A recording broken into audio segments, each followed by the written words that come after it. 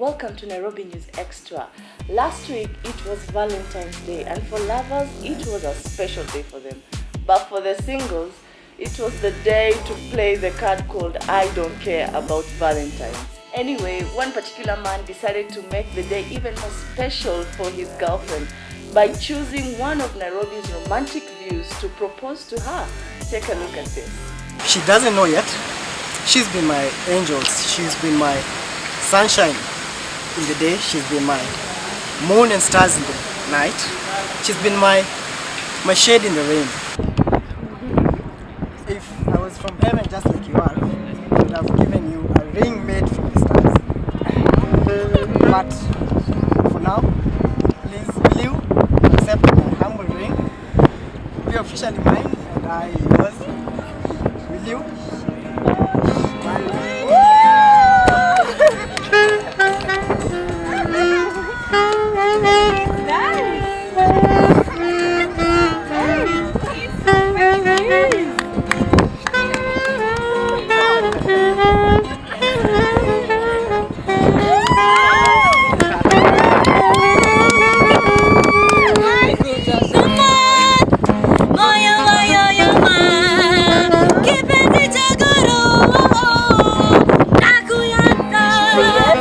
Away from matters love, now members of parliament voted to reject the Sexual Amendment Bill.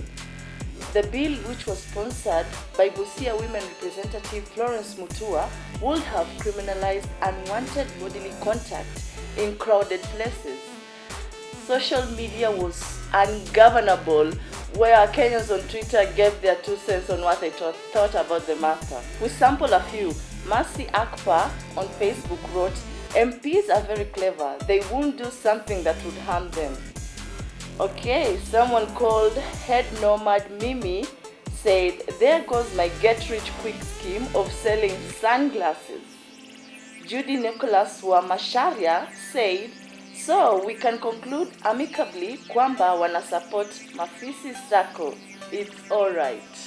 And finally, on the entertainment scene, singer Akothe was in deep trouble with her fans. She apparently angered her online followers for posting a comment on Facebook disparaging women who use the pregnancy emergency pill P2. Now, it all started after Akothe posted on Facebook how her baby daddies have coordinated to provide a Valentine's week holiday for her children.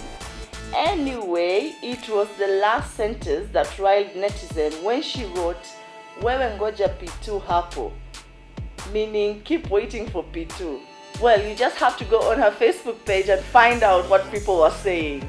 Today on the show, we talk about women in leadership, and our guest today is none other than Shamila Kipto, whom probably most of you know her as the former Miss World Kenya in 2007. Well, a lot has been happening in her life, and she is now an entrepreneur and the director of Shami Organics, a skincare product line. And that's not all. She also talks to us about her journey in defeating cancer. Take a look at this. Tell us how Shami Organics came to be. Well, like I had mentioned to you, I hate repeating the story because everybody thinks like, okay, so she has to sell these people out. But I mean, I had acne, very bad acne. It's something that most girls grow up with. And you go to the dermatologist and you're given creams and nini, and everything just doesn't work. I mean, it works for 2 weeks and then you're done. So I thought, okay, hide it with foundation and move on with life. Mm-hmm. And I happened to get this marketing job where they were okay with me. They accepted me and everything, the interviewers. And probably a week into it, the boss came. He used to be in Korea, so he came over. And he had to meet everyone. And of course, when he came to my office to say hello, he was like, Shamila, I've read your papers, you're perfect, but you have to clear your skin. You cannot meet our clients from New York. That's what he said. New York people, don't New York people have acne? Anyway, so in that case, when it comes to etiquette and manners, I mean, as a lady, to be a lady, you need to have a clear skin and all this kind of, so it's how you take care of yourself. So at some point I understood later, but then I was like, okay. So it gave me 2 weeks to get rid of it. I tried to get all the creams in the world. Like I told you, I was told there's this cream that has snail wings and tails and all that. So I tried, nothing worked. Unfortunately, I had to leave. I've done all the acne creams and all whatnot. So I was like, let me try my natural stuff. So that's how it all started. And then, you're like, I apply this, but then again, I'm going to use a soap. I'm going to use a moisturizer that has chemicals. And, so I started researching for a whole year. That's how Shami's Organics was born. So the whole research. And then the next year now, I started producing stuff, sharing with friends, taking to cabs, which took forever. But hey, we're here. Oh my God, I have so many products, I can't even remember all of them now. The decision to start your own business, was it scary? Because for some, it's usually a very difficult decision for them to make. Of course, especially when you want to tag into the Kenyan market. Yes. Because Kenyans, oh my God, we are so special. We wake up tomorrow and we're like, we're done. New product, we're done. So you never know. Mm-hmm. And then the fact that you have to actually, should I say, catch someone's attention for them to buy this one product, use it until it's over, then come back for another. And skin is very sensitive. Like I said, women, we worship face products more than food and shoes and all that kind of stuff, so it's more important. So it was a bit scary because, oh my God, women, we are special when it comes to the skin.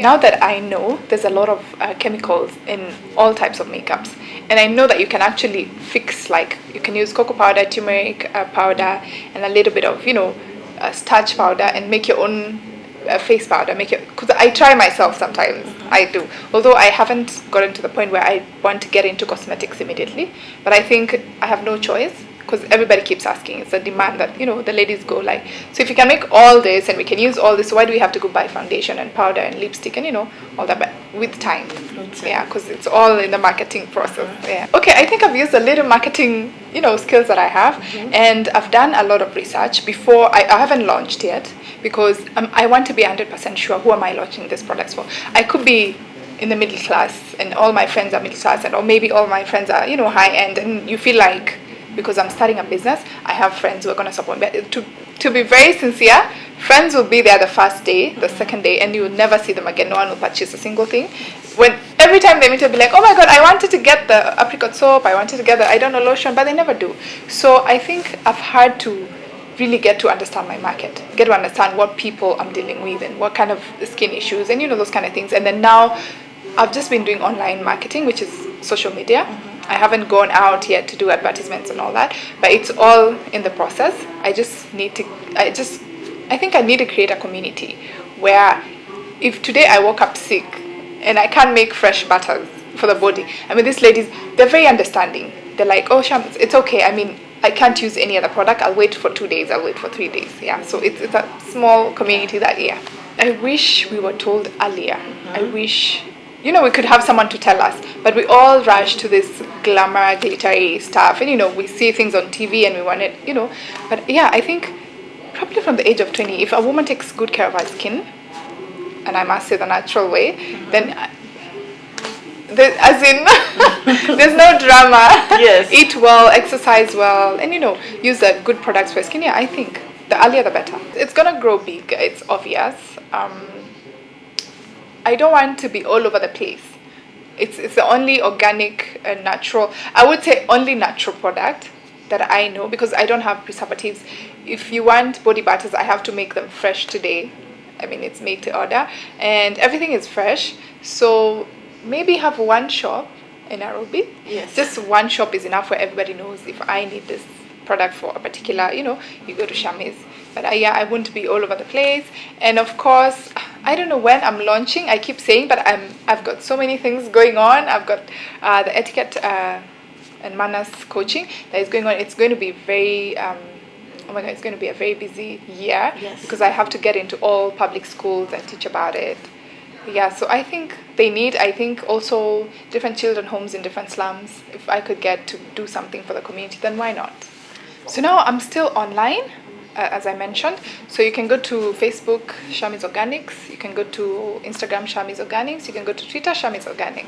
Yeah. You mentioned something about cancer. Maybe you can talk a little bit about that. Oh yeah, I've unfortunately had to go through it, like every other person out there. You never know. You don't have symptoms. You feel nothing. But apart from the few pains that I had on my abdominal area, and I had to go. I got tested, and then finally you're told you've got ovarian cancer, and everything shuts down, and you're like, okay, so this is the end of it. And the first thing that comes to your head is like, so am I okay with God? Are we good? If I were to go to today, is Yes. yeah, Muslims will believe that you start suffering from the grave. You Yes. pay for your, so it's, oh my God, it took me back. But, and then again, it took me another 2 to 3 weeks to decide whether I want to go through the chemo, start with the, radiotherapy and all that. And yeah, finally I did. I never got to tell anybody about it. I wanted it to be my own battle, because, people feel obliged to maybe take you to hospital, stay with you. I didn't want all that. I was like, I'm going to do this. I'm a woman. I mean, internal combustion, all those kind of things. Yeah, and I got through it. But you were together with your family, right? None of them knew.